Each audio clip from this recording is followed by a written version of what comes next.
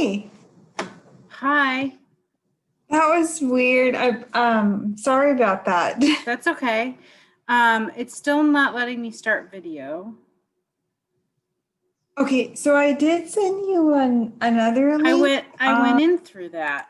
That's why like I was first there and then I left and then I went in through that. Let me leave again and try it one more time. Hold on. Okay.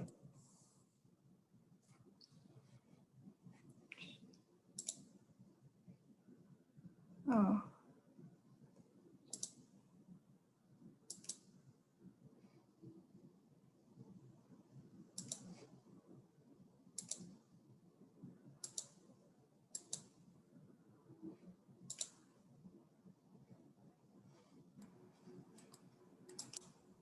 Yeah, it's still not letting me start video. Did you just get an email like a minute ago? It was like an automated email from Zoom. And that should give you access to the camera.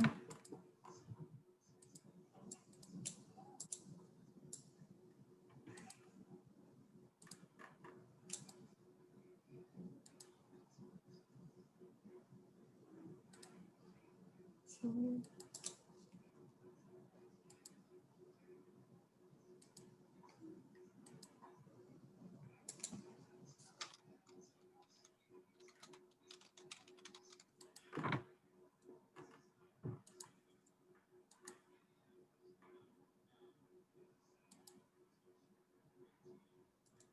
Okay.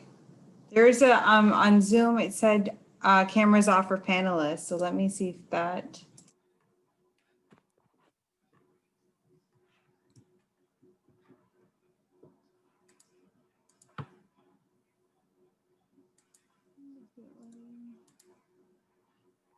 Me co-host.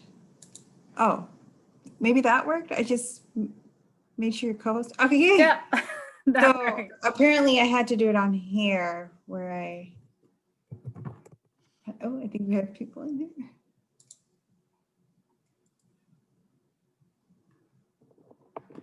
Okay, let's do this.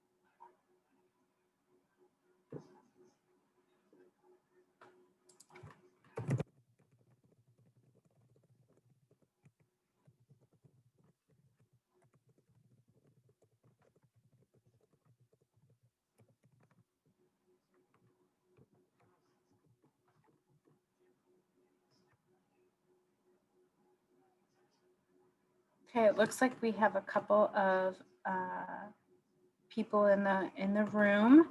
We're just going to give it a couple of minutes before we get started, so please hang tight. Oh, okay. Okay, all right. I was trying to call you, Sana, because I couldn't. I didn't realize you guys. I think I came in as an attendee. Oh, you can't see me. Yeah, I came in as an attendee, so you couldn't see. I don't think you knew that I was here. Yes, apparently I have to manually allow access to the camera and to make everyone a host, whoever needs to be a host. Okay, A no host. problem. Yeah, yeah. But I'm just, I was just like, oh my God, did she see me? Oh, I hope Jolie caught you. She was like, I think I she's saw here you now. in there. okay, yeah. I was trying to call you. I don't know what number I called. Oh, no, you did. I had it turned off. About modern technology.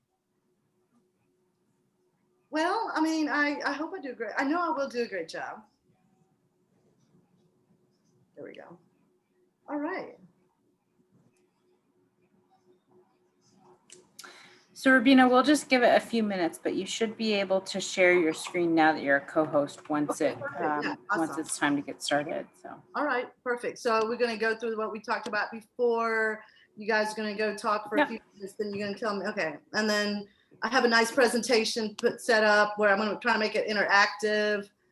And I did throw some stuff in here. I hope that's okay. I'll just share it with you. But I've been doing a lot of reading about like where we're going for the 21st century. Okay, it says P.S. students can hear us.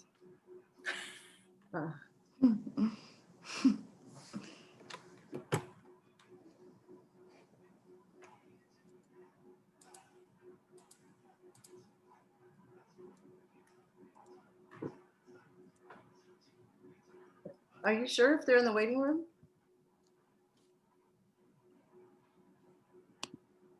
Did my computer bring it on?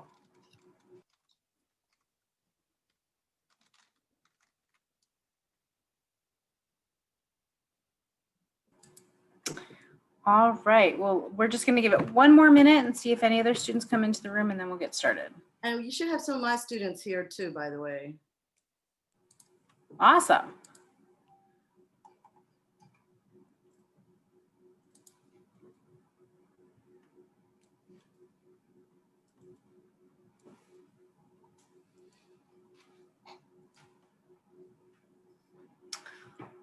All right, well, let's get started. Well, welcome everybody. My name is Jolie Rader. I'm the Director of Global Learning Programs at AU's Kogod School of Business. My colleague Sana Udin is here. She's under the Kogod Student Development Zoom name today. And we have a wonderful guest speaker as a part of the Kogod Global Speaker Series for this session, Rubina Malik. I'm going to ask Sana to introduce her and then we'll get started. At the end of the session, we'll talk a little bit about some of the international opportunities we have available at AU, including the international opportunities that students can participate in from home while we're not on campus this semester. And should we be in a similar situation next semester, those opportunities will be available to you then. So Sana, I'll turn it over to you. Thank you, Jolie. Thank you, Dr. Malik, for taking time out of your busy schedule to come and speak with our students. For those of you who don't know, Dr. Malik is an assistant professor at the Business School in Morehouse in Atlanta, Georgia. She strives to bring real-world knowledge and experience to her students. As a certified executive coach, her research and views on career development strategies have been published in the Harvard Business Review. Dr. Malik is known to providing one-on-one and group coaching to students who are in the business school or seek to work in a business environment. As a strategic advisor, thought leader, and scholar. Additionally, Dr. Malik is a champion of career sponsorship and leadership development. She is an expert in helping organizations create sustainable and diverse leadership. Today's Global Series session will focus on competencies when developing global leaders. This conversation will focus on intercultural pedagogies and conceptual framework. Thank you, Dr. Malik, for joining us today. Thank you. It's my pleasure. Good afternoon, everyone. I have a couple of my students here as well. So thank you, Bryce, for being here. Thank you, Grant, for being here. You will get extra credit, for representing. And I just want to welcome all the other students that are here from American University. And it's just really my pleasure. When Sana and I came up with this idea, it was my pleasure to be like, oh my God, I would love to do this. So I'm going to share, my screen with you, and I'm going to make this a fun and interactive experience for you. So please do not hesitate to raise your hand or chat. And I'm hesitating because I usually don't have this. Can I see the chat? Yeah, so the chats come through, or if you want to raise your hand or anything like that, feel free to do that to make it fun and more interactive. Okay, so let's get this going. So today we're going to talk about, as a leader, like, what are those developing global competencies that you need to work in, to work in today's workplace. And if we look at the world, like, there's so many countries, if we can even say so many cultures. I teach international business, and we were just talking about all these different cultures. So if we look at this map, I mean, you've got all kinds of cultures and all kinds of regions. So it really behooves us. Let me see, I had a couple of things here. Don't mind my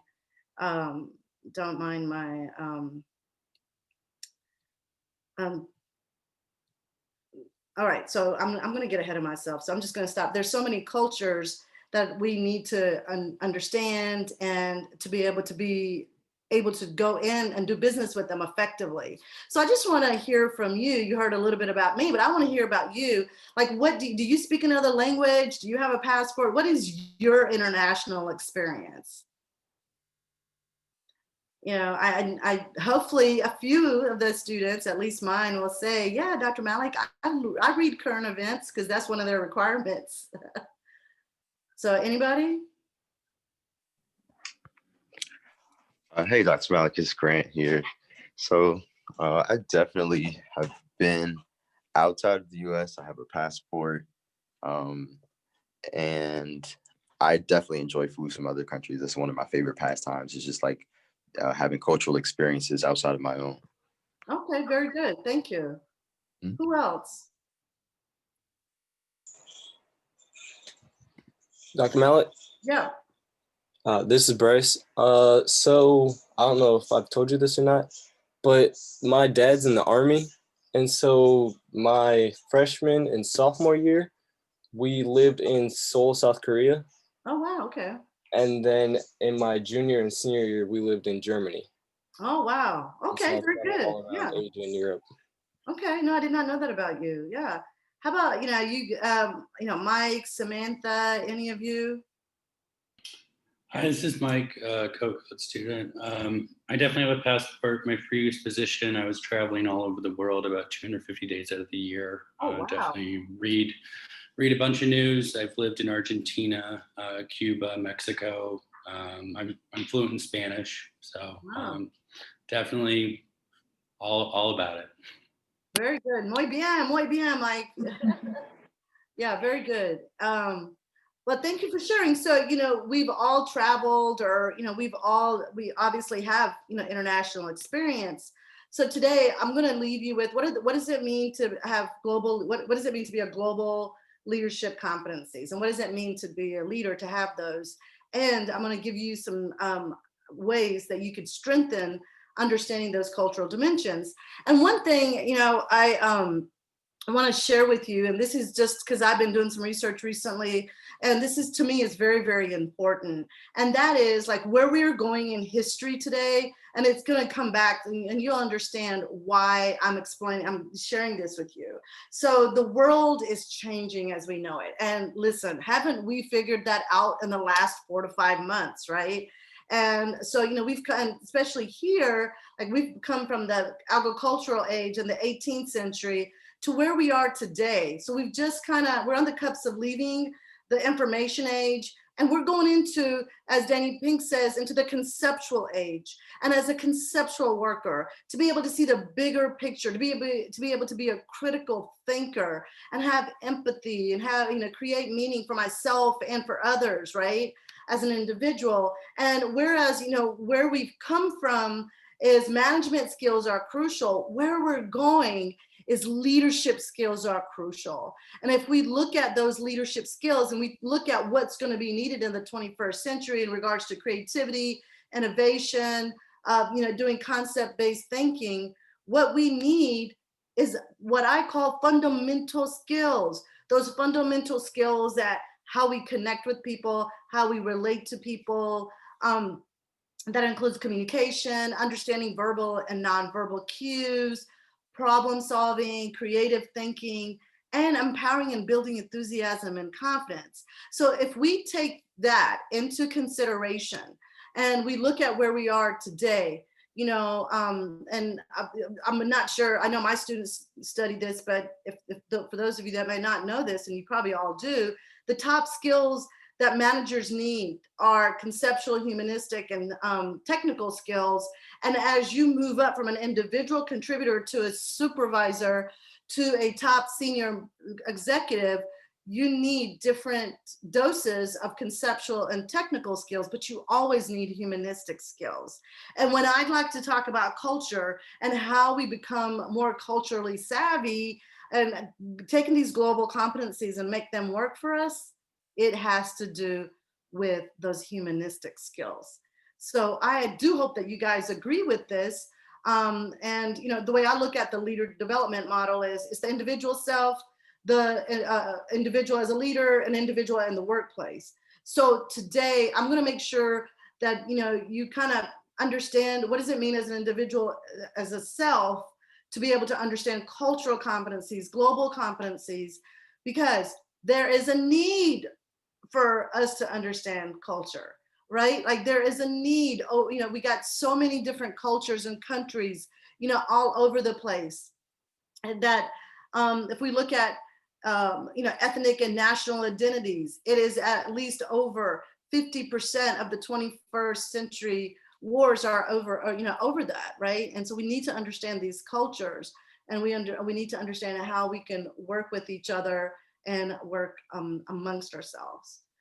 So there is, and I say all that to say that there is a link between a successful business and cultural awareness and sensitivity. So most businesses, they don't fail because of the fact that they did not present or sell their business correctly. No, they fail because they did some sort of cultural faux pas.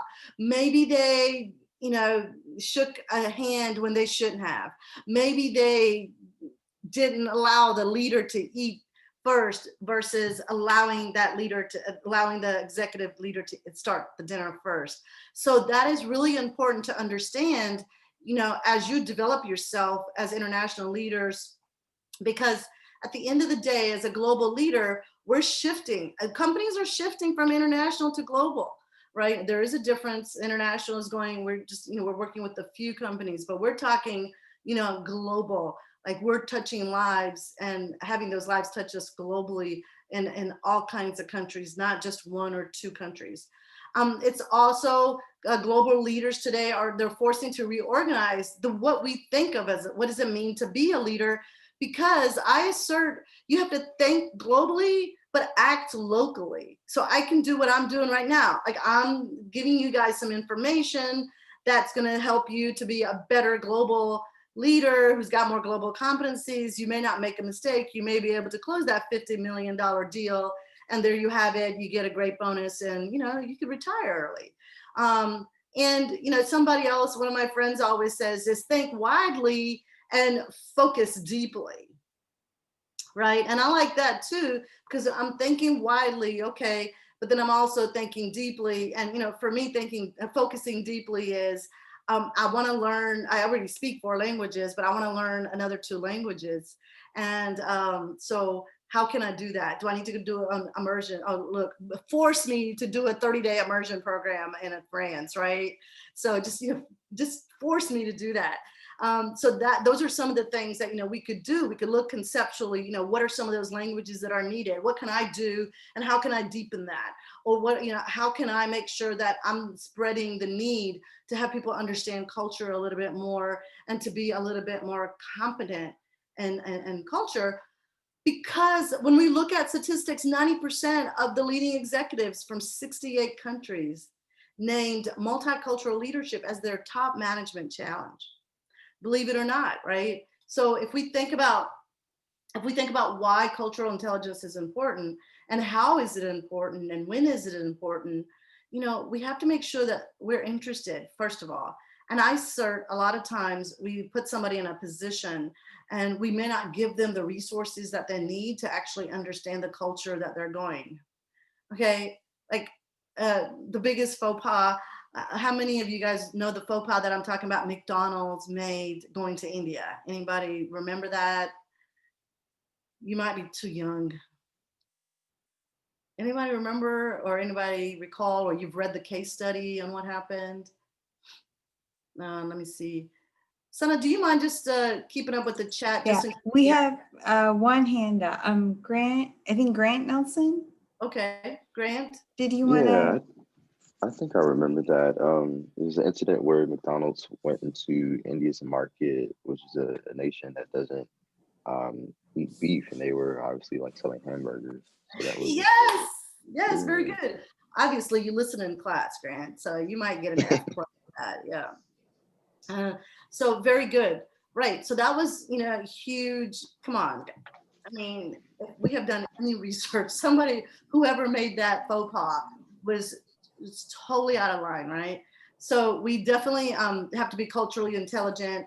We've got to make sure that we're interested and motivated to create change, where we are understanding cultures, how we're similar or different to them. And we want to make sure we're using awareness to plan out our business strategy, planning out your strategy if you're going to travel. I know that Mike shared earlier, and I love to hear, you know, what you do that had you travel, but, you know, were you being strategic about it? Were you trained strategically to handle your different countries that you were in? And the biggest thing I will tell you is to know when to adapt and when not to adapt. I know that, you know, France gets a bad rep in regards to, oh, they're, no, they don't, you know, they don't like Americans and, you know, what have you. And we'll talk about that. It's not that they don't like Americans. It's what, you know, are we willing to adapt, right? Like, are we willing to adapt to, you know, who they are and what they are? So I'm going to address a little bit of that. And so what we usually see is, you know, if you guys have, I'm sure, talked about the iceberg and so many other scenarios, but if we look at it on a cultural level, there's a lot of things that we see, like, you know, for India, you know, for Hindus, you see the namaste and yoga. Oh, I drink chai. So like, I'm hip, you know? And so that's all the surface stuff that we see. But what we may not understand, what we may not know is what's underneath. Like, is it appropriate for you when you go to India to eat a hamburger? Is it appropriate for you to shake a woman's hand? When is it appropriate? When is it not? All of those underneath the iceberg, those cultural things. And hopefully I can give you some tools today for you to be able to know that. So the Titanic, and maybe if they had known, they wouldn't have hit an iceberg, right? All right, so that's what, I mean, I've talked now for a few minutes. I want to get you guys talking. So I want to hear, what do you think when I say global competent? What does that mean? Are you being global competent? What is being global competent? Anybody?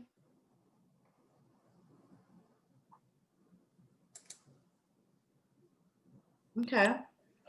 This is Mike. I think being globally competent is having the wherewithal to understand that when you walk into a different country, you're dealing with a historical and cultural context, and especially how history kind of can affect the culture that you're walking into, and also not only that history as it stands with the intra-border history, but also the history with the culture that you're coming from and the people that you're coming from, so that you can how to navigate those relationships and be sensitive to what biases that both parties might be coming from, and how to move forward with that. Yes, and Mike, thank you. And you're absolutely correct. When we talk about global competency, we are talking. There's multi-dimension capacity here, right? Like to be able to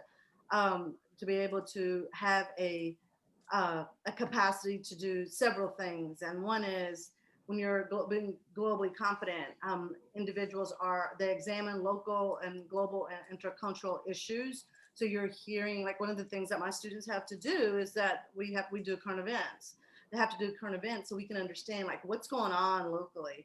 I don't want to start a war, and I know you're not supposed to talk about certain things in public, but like, for instance, like, the whole corona virus thing. We were talking about this last fall. Like, my students were doing current events about this in last fall. So it's been examined and looked at. So you've got that going on. And then the other capacity is to understand and appreciate different perspectives and the world views. So not everyone's not going to look through rose-colored glasses as we might look through it. As well as that, there's the able to successfully and respectfully interact with others, right? Like, so how do we interact with others? You can already probably tell by my personality, like, I'm a go-getter. I move fast, talk fast, hustle fast. So I like to make things happen. And I'm a pretty assertive to make things happen. But I may not be that way when I go to France, and I may not be that way when I take my students to Dubai every year, right? So I may slow down. I may, how am I going to be respectful of where I am? I mean, Dubai is very modern, and women do have rights. Don't let the media mislead you. That I also want to honor where I'm at, and also another dimension of being globally competent is being able to take responsible actions towards sustainability and collective well-being, right? Like, more than ever, like, we have to make sure that we're looking at the whole of it, not just, like, okay, my little world over here, like, I'm good, but how can we create sustainability and well-being for the collective, for the like, globally, we can look at individuals, and especially organizations. On an individual level, we can do things, but on a corporation level, are we making sure that when there's not sweatshops going on, that the dye isn't being thrown in the river, or other stuff that's being thrown on the ground that will cause the ground to be toxic and people don't have water? Or are we creating, because we're using water, are we giving water back? And I'm sure if you've studied international business, and you've seen some things around, Coca-Cola uses water but gives it back. So we're going to spend the rest of our time together talking about this. And so this is the global competency components, and the components that that go into being globally competent. And so I say, Dr. Rubina Malik says that there's 4 components, and those components are like self-awareness, communication awareness, cultural awareness, and global knowledge awareness. So, others may have a few other things that are a little different. For me, these are the 4 things that I believe that if we had in our pocket as tools, that we could be competent as a leader to go into the workplace at any place globally and represent our company and close that deal. And we're gonna come back to this slide. Talk about that. Let me tell you why that it's really important for us around global leadership. Like, there was a survey done with Fortune 500 companies on a scale from 1 to 7.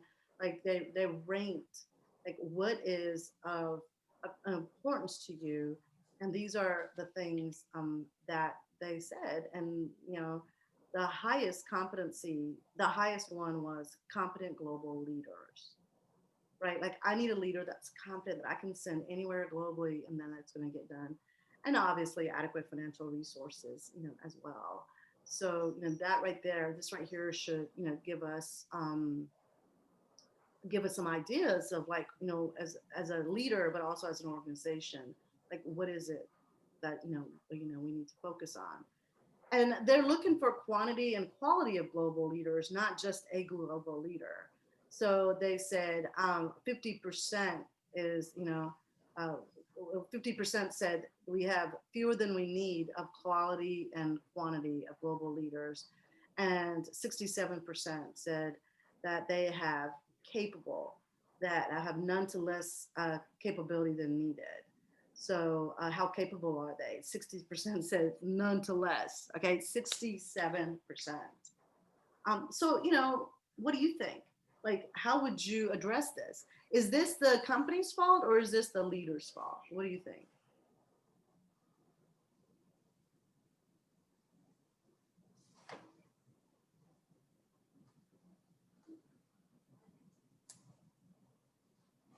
Don't be shy. There's no wrong. Don't worry. I'm not going to grade you and give you an F or an A.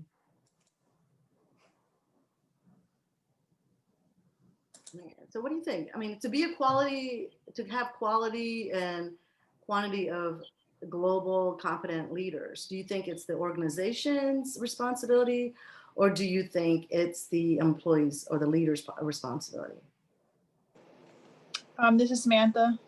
I think it's kind of both. I think the employee should take that under consideration because it's part of the job. But I think it's also part of the organization to train them on supplemental information that might be needed. Yep. Yeah. And Samantha, I totally agree with you. And yeah, so totally agree with you. It is both, right? So it's my responsibility to be able to be, hey, I want to do that. And then not for them to say, okay, we want to help develop you. Yeah. Is that Devika? Did you have something you were going to say?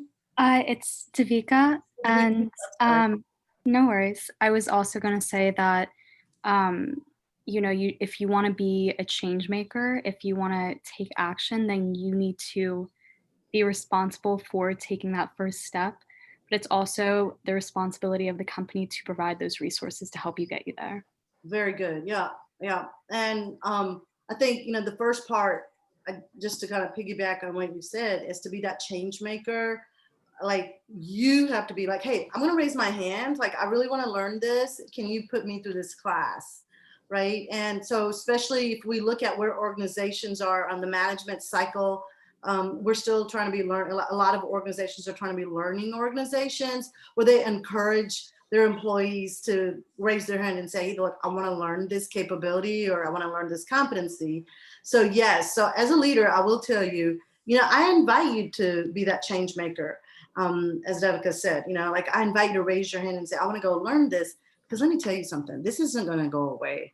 If you go and you don't be part of that 67%, go find ways that you can develop your skills. That, and I'm gonna give you a little outline later as we end, but some of the resources or some ideas for you to do that. But be that change maker for yourself, for your career. And the other thing I will tell you this is, when I talk to senior leaders, and when I talk to executives, they will say that the first thing to do is take on an international assignment, right? So if you're serious about moving up in a company, you're serious about moving around, every leader, if you talk to them, they'll tell you they've had some sort of international experience. If you're working for a major corporation, that, like, for instance, like UPS, Deloitte, I'm just trying to think of, Delta, hello, right? And so, just going overseas. And I'll be the first one, to tell my mentees to get an international assignment, right? Just, from the start, get it done, make it happen. And if you talk to other leaders who have advanced, they'll tell you that's one of the things that help them to go to that next level. So yeah, thank you so much. Thanks for participating. All right.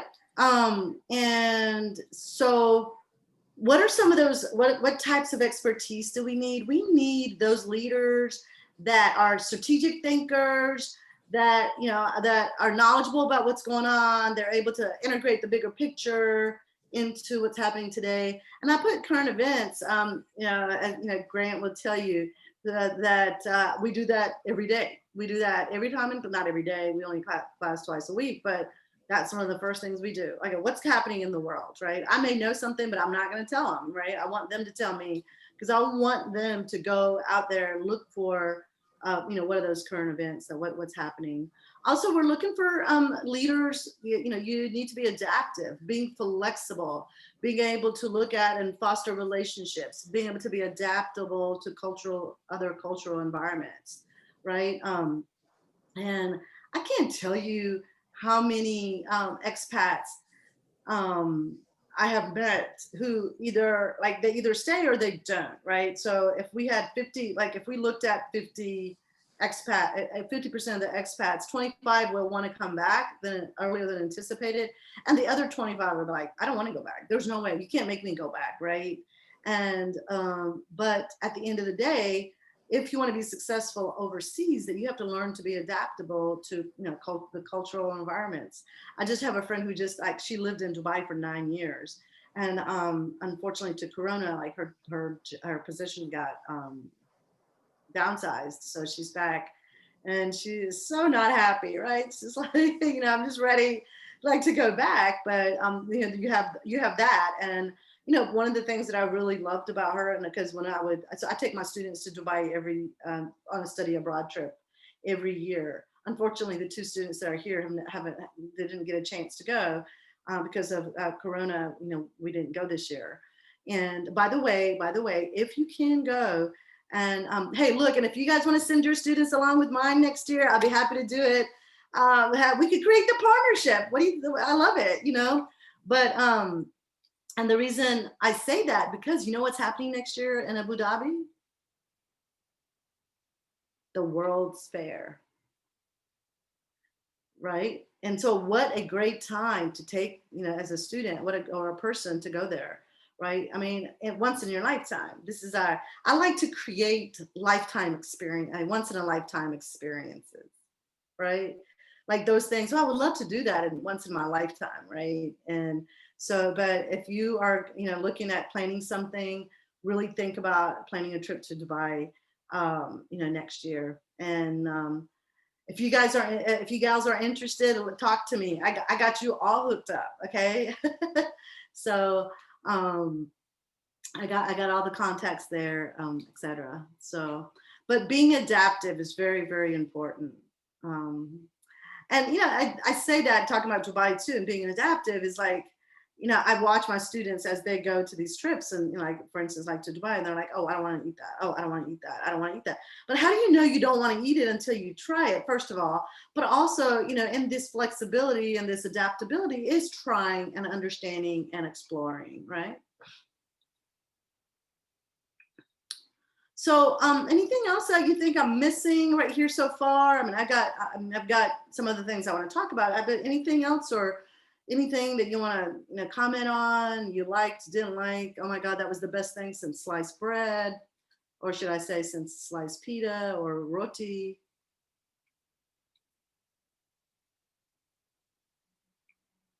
Okay. All right. So we want to make sure that that we're constantly learning, that we're able to create emotional connection, and that we are ethical, and we have integrity. So those are some of the characteristics that support a global leader, right? And as well as some of the expertise is you don't have to know another language, but are you cross-cultural? Have you lived somewhere else, worked somewhere else, or you've worked with a group of people that are, a multicultural team, and as well as your interpersonal communication. Remember, the first thing I talked about was that what is, the fundamental skills are communication, teamwork. Can you work with others? How are you making that decision? And really, if you how can I, Dr. Malik, how can I work on that? You can work on that through, emotional intelligence. Okay, so there's a lot of assessments out there as well, but that's how you would work on some of these fundamental skills. Now, mind you, I call them fundamental skills because I think they're fundamental. Communication is fundamental. Being able to read cues is fundamental. Some people call them essential skills. Some people call them soft skills. I don't understand why they call them soft skills. Those aren't soft skills. Those are fundamental skills. You know, we can talk about that if you like, but that's my, you know, my take on it.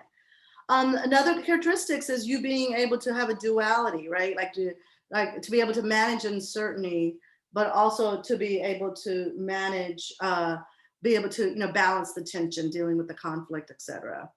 Also being business savvy, like knowing your business, knowing how to, having business acumen. And by the way, a great book, just to give you a little something to read, is called What the CEO Wants You to Know. And by it's Das Ramani, I think it's Rama. It's been so long since I've read his name. I love the book. It's really small. You should be able to get it for like $7 because it's old, but man, it's still relevant. And it really talks about business acumen, and you know, to let you know what business acumen do that. Yeah, sure. Yeah. Sana, can you look that up for me, please? What the CEO wants you to know. Do you mind? Yeah, I'm sending a link over for that. Yeah, thank you. Yeah, I'm not. I totally forgot his. I see his face actually, but I can't remember his name. I think it's Das Ram. Ability to, and by the way, it's all. Oh my God! You know what I love about that book, and is when you read that book, he compares the guy. He's Indian. And he compares the guy at with the fruit stand to the CEO of GE, because he did a lot of consulting work with GE, and it is so wonderful. Like, it is the comparison. When you see that, it gives you a whole different perspective. Even if you're thinking about entrepreneurship, like, yeah, right. He needs to know about marketing just as, yes. Thank you, Ram Cherian. Yes, I can't believe I forgot his name. Yeah. So thank you. But it's such a great book. You will love it. And then you can thank me and let me know what you think, okay? We also need to be able to influence people. Again, one of those fundamental skills that I mentioned. No, I'm not gonna end you out way quick. You can't get rid of me that fast, okay? So, and let's talk about these global components. So I gave you some qualities that you need. Some of those qualities are going to fall into this, right? So these 4 components: self-awareness, communication awareness, cultural awareness, global awareness. So you've got under self-awareness, being able to understand your leadership style. Like, who are you? What works for you, what you don't. Maybe you're not adaptable, and it's okay. Then maybe you don't need to go, and you know that for yourself for sure. And maybe like, you know what, I like my, you know, I'm over here in the South, right? So, you know, if you know you like your, you know, ham and bacon, and you don't need to be going to the Middle East or South Asia, where it's a large Muslim population, where they don't eat pork, right? So, you know, be really clear about yourself, what your leadership style is, as well as, you know, be curious. Do you have curiosity? Are you open to learning something new, right? And also having empathy, right? Like being able to put ourselves in the other person's feet. So, you know, like I was telling you about France. So I go to France every summer when there's not COVID, right? So I go to France and I don't have any issues. People, well, first of all, they may not assume that I'm American, right? But I don't have issues because I am curious, I am open-minded, but I also have empathy. And when I say that, I know that sounds a little weird, but when I say that, what I mean is I have empathy in the sense that they're very nationalist. They love their country, they love their culture, they love their food. And I can adapt to that. I can learn to be empathetic to their love of their country and appreciate that, because that's something that's important to them. So I can put myself in their shoes. I can have that empathy.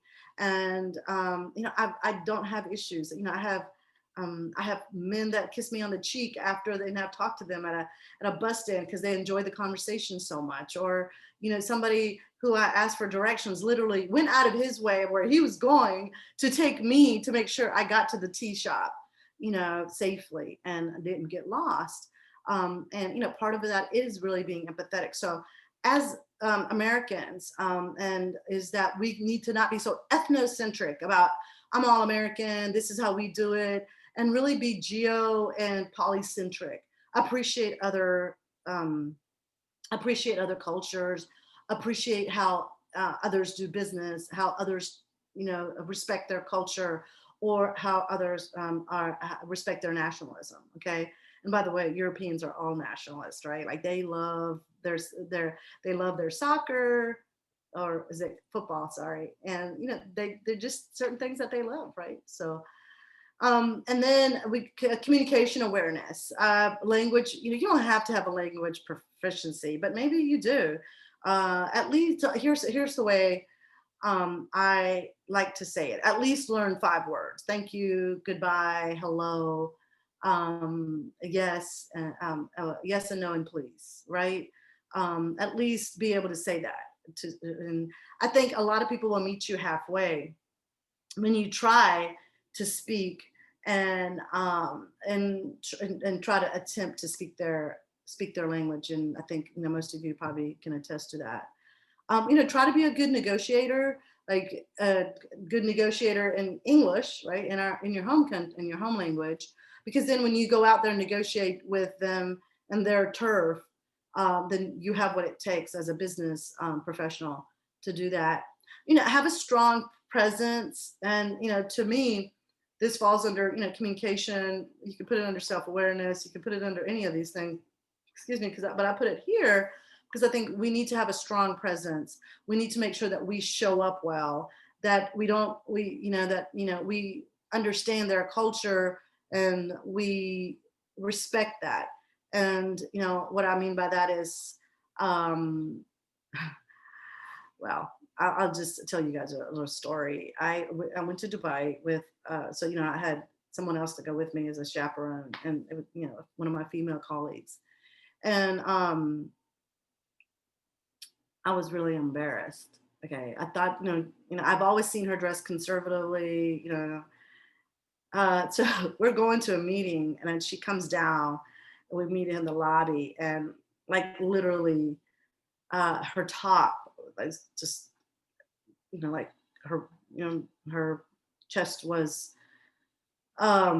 exposed. And I'm like, oh my God, like, okay, well, you know, what am I supposed to do here? And like, you know, the presence of actually being able to understand and being able to know, where am I, what's respectful, you know, what's not, and really understanding that how can I make sure that I'm self-aware, but I'm also culturally aware, that I'm communicating through my presence, that I respect your culture, I respect your country, I respect you, and I respect myself as well, right? And I didn't even know how to address that with her, but I will tell you how I did do it. I said, here, you might want to use my scarf to put around your neck. And I think then, you know, she kind of got the hint later on that evening. You know, she apologized. She said, Robina, I'm so sorry. I didn't know what I was thinking. So yes, it's a modern country. It's still a Muslim country. And, you know, you still want to honor where you're at. Situational judgment, making sure like you're in, you know, being able to remember, we talked about the fundamental skills of reading cues, being able to know where you're at. You know, if you see all the women are going on one side, just go on that one side, right? Or, you know, women or men are separated. And I'm just using, you know, Islamic countries, some methods there only because, you know, that's on top of mind for me right now. But, you know, just to be able to honor that, understand that, and communicating that respect on a non-verbal basis. Cultural awareness, obviously, you know, understanding the world of cultures. I'm going to give you a tool to be able to do that. Connect with people. And what I mean by that is like, try to connect with people like from different cultures. Like I just spoke with a woman who's from France, right? And, you know, was talking to her about, you know, France and how much I love coming there, and, you know, my connection to France, and be considerate of people's cultural diversity as well as just cultural diversity. Because even in different countries, there's still different cultural diversities. In Pakistan alone, by the way, did I mention I'm from Pakistan?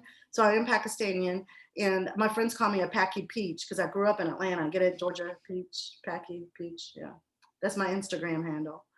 And be aware of cultural norms and expectations. That was, as I gave you guys an example of presence earlier. Knowledge, global knowledge, awareness, knowledge of, just read current events, know what's going on to the country you might go visit.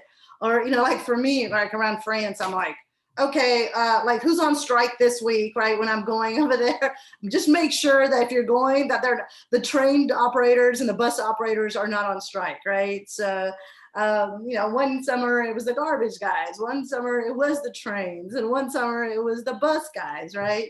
So it's just knowing, what's happening. And by the way, I just love how they strike, right? Like they're always like rooting for themselves and, like we're worthy and deserving of this and we want that. You could always live or work abroad. Several of you have already mentioned that, you've learned that. Maybe that's an experience you can have. Of course, overseas experience with everything that you're being offered in your international office. Take advantage of that. Totally take advantage of that. Please, please, please do not leave school without taking advantage of that. When I was an undergrad, I didn't have the opportunity, but let me tell you, in my grad school, oh yeah, and I haven't stopped since. And then, be a global strategic thinker, right? Like think outside of the box, think, like strategically, remember, think globally, act locally, right? And so, this is all good, Dr. Malik, this is great, thank you. But how do I really know? How do I know how do I connect to people? Or, how do I know I'm not gonna disrespect the person that I'm going to be working with. So I invite you to consider and look at Hofstade's cultural dimensions. How many of you guys know? I'm sure everybody knows Hofstade. It's a 6 cultural dimensions, right? I could assume that, yeah. And so, if you don't, I really invite you to go learn them. Okay. Oops. I invite you to go learn them. Okay. He gives you 6 cultural dimensions. One is power distance. This is a hierarchy order. We're like in America, we have, there's less hierarchy. So if I want to go close a sale on something, I can go talk to the CEO. That's not a problem. You wouldn't want to do that in China. That's not how it works over there. So you want to make sure you understand the hierarchy or the rigid structure of the power systems in the country that you're going to.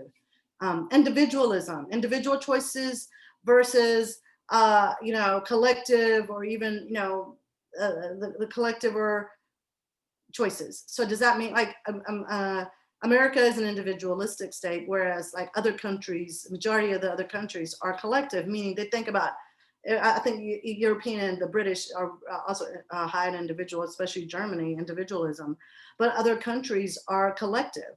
So it's all about everybody, right? And one of my mentors does a lot of work with Yamaha, who's a Japanese company here in Georgia. And he was like, oh my God. So one day I was actually talking to him, and I don't know how we come up with Hofstade, and I was telling him, he was like, oh my God, tell me more, right? So I actually have I love Hofstade stuff. So I have a whole slew of stuff I sent him to, I don't know if he needed it all, but for him to understand a little bit what we were talking about. But the executives that were from Japan, what did they want to do? They wanted the collective. The executives that were from America wanted to, let's get this done. Let's get it done now. And so they would constantly be fighting about, hey, like we need to get it done. They're like, no, let's wait for the collective, et cetera.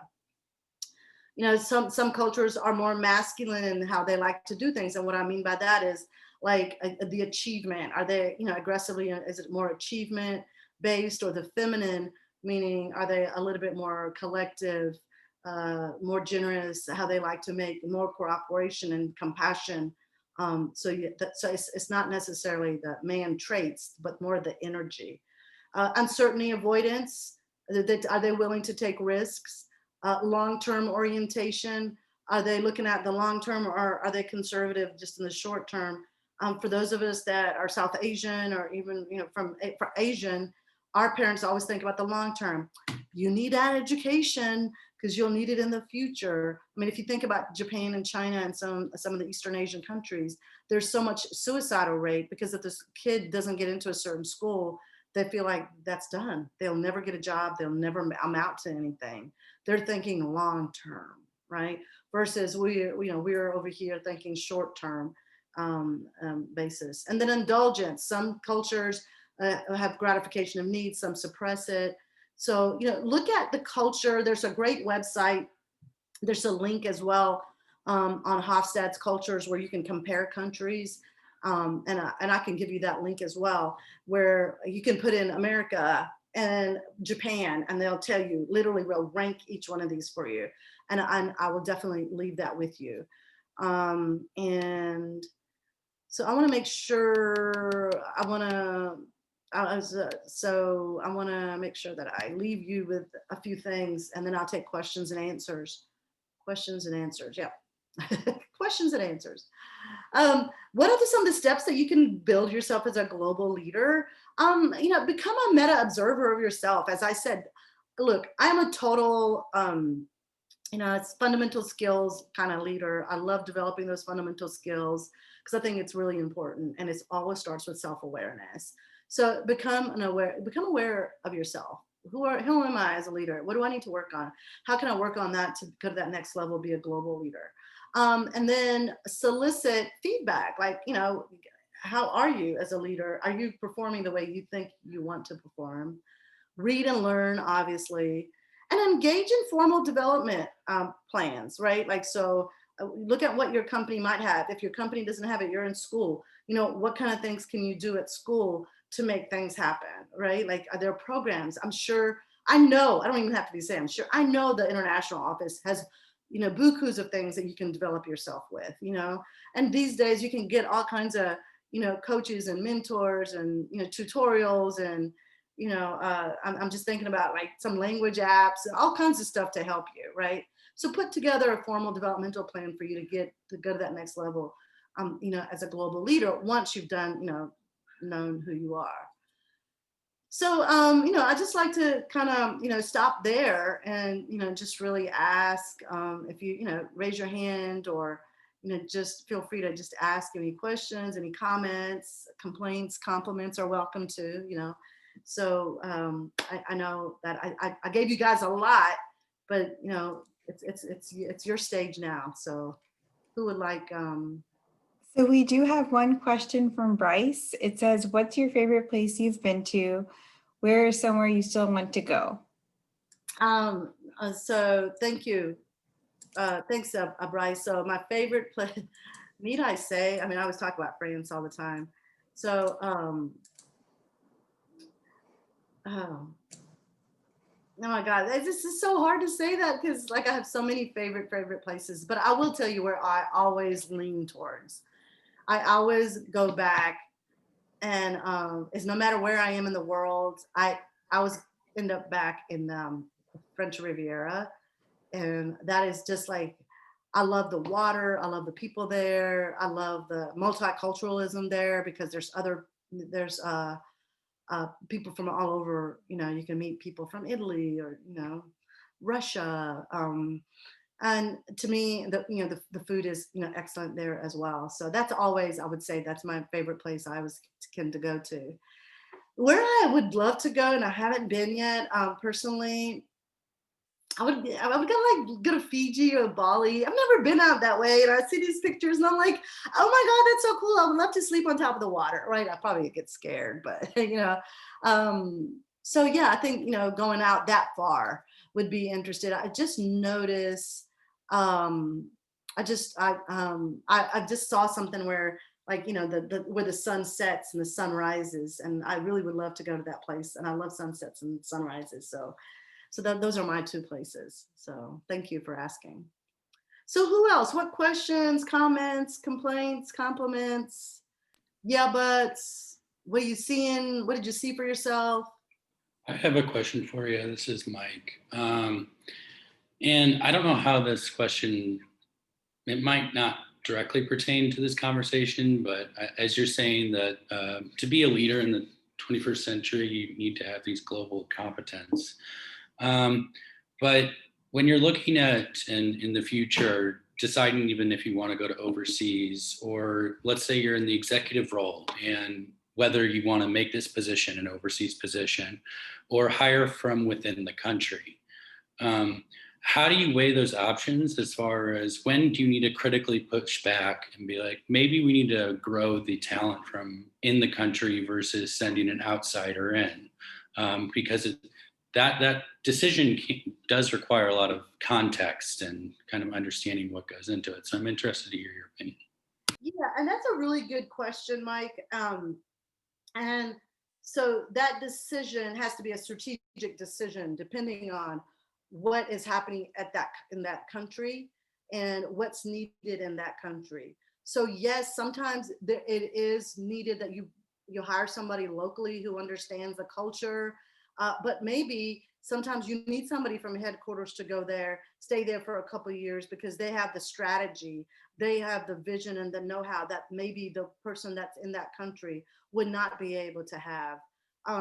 Now, if you look at Coca-Cola's model, Coca-Cola, they, oh my God, like I can't even visual, like, their org chart, right?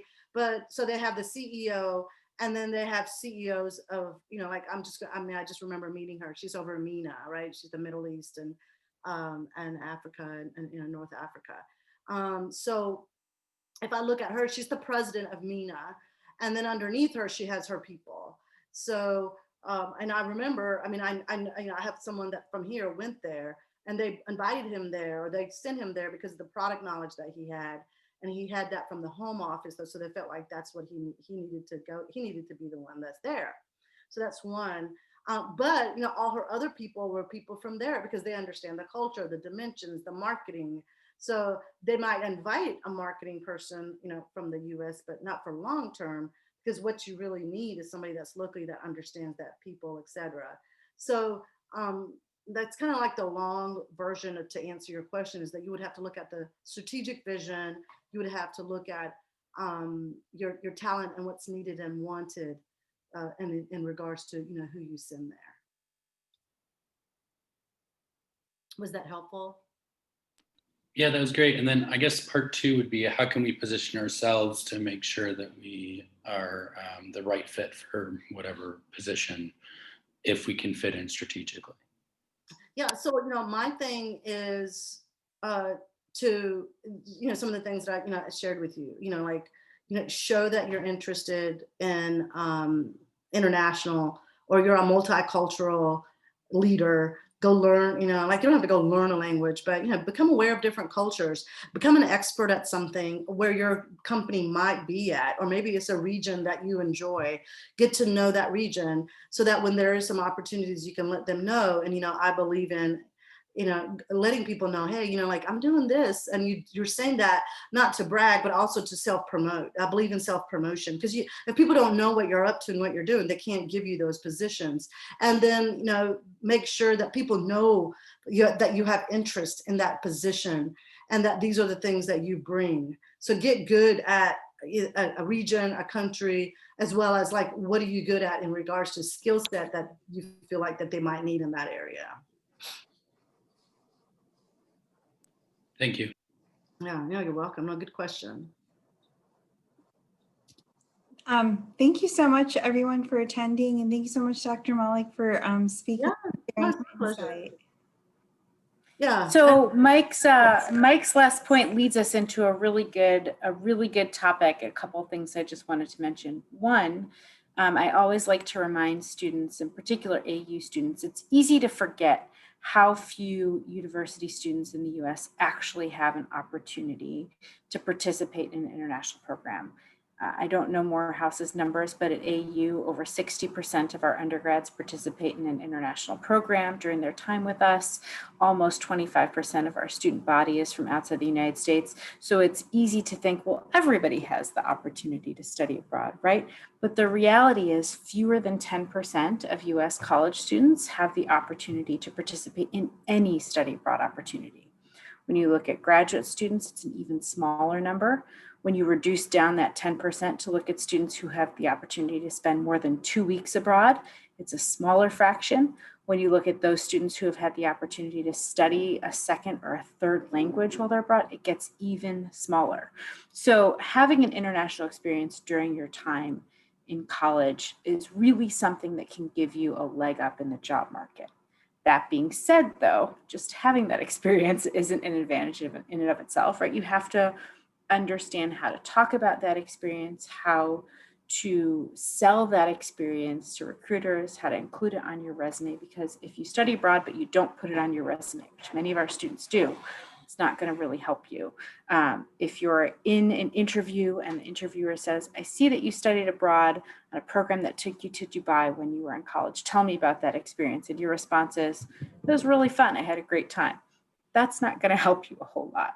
Our next COGAD Global Speaker Series session on the 27th, I will be doing along with a colleague from the COGAD Career Center, and we'll be talking specifically about this. So how do you include your international experience on your resume? In cover letters, how do you talk about it in job interviews? So we hope that you'll join us for that session. To the Morehouse students who are here, we'll send you the link to that session. You're absolutely welcome to join us for that. If you'd like to, we'd love to have you with us. In the meantime, if anybody has any questions, though, you're certainly welcome to contact our office, ksbabroad@america.edu, and we can also connect you on to Rubina if you'd like to talk to her. Yeah, very good. Thank you. And I'm sorry, I didn't mean to interrupt you there, but I just gave you guys in the chat, I gave you the link. I love this. Go in there, put a country. You can compare Hofstad's different cultures, countries. So that's there for you. Yeah, no, and listen, like you need to be at that session next week, okay?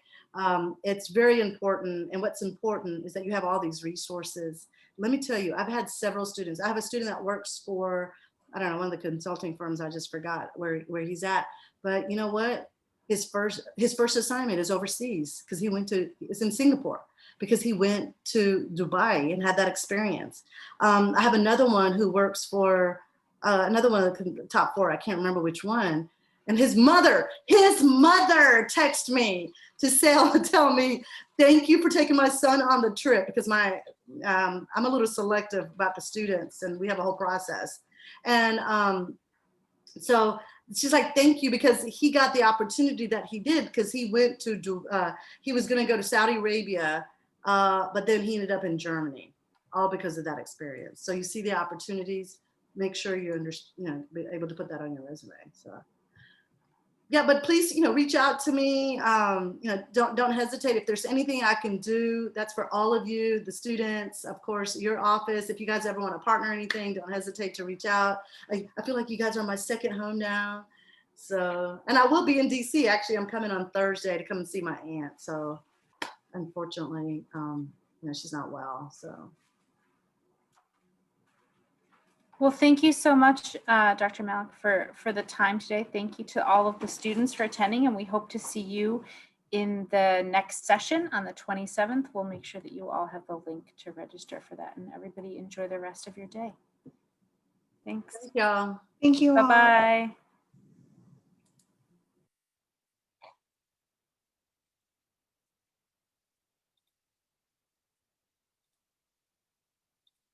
Yeah, so how did it go? It went well?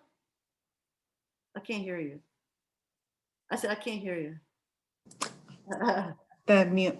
No, it was awesome. And it was very relatable, especially for the business, school aspect, that having a lot of times we're not intentional about how to engage with different cultures and that sort of thing. So I think this is very informative. Good. Well, I hope that Julie was happy as well. Yeah, of course. Yeah, it was so relatable. So yeah, thank you so much. I'm so grateful that we did this. I know, I am too. Let me know, seriously, if there's other things that you guys want to partner on, I'd be happy to. If you guys want to take your students to Dubai next year, I'd be happy to work with you guys on that. Yeah, maybe we can set up a conversation with Jolie on that. Yeah, I would love that. Yeah. Would you be taking undergrad and grad, or just undergrad, I think? Yeah. Okay, undergrad? Okay, I'll keep that in mind when I mention. Yeah. We can take grad too, but mine are usually undergrad. Okay. Yeah. We can, extend the conversation further. Definitely. I would love that. And if you guys care, we're an HBCU, we're an all-Black school. A lot of companies are trying to adapt, connect with us. So, yeah, the push for diversity inclusion. So yeah. We have a lot of international students, so that's a great mix right there. Yeah. between so. the two. Oh no, it was great. Thank you so much, Ravina.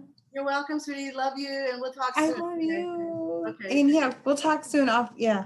Okay. Take care. I'll contact you. When will you be in? Oh,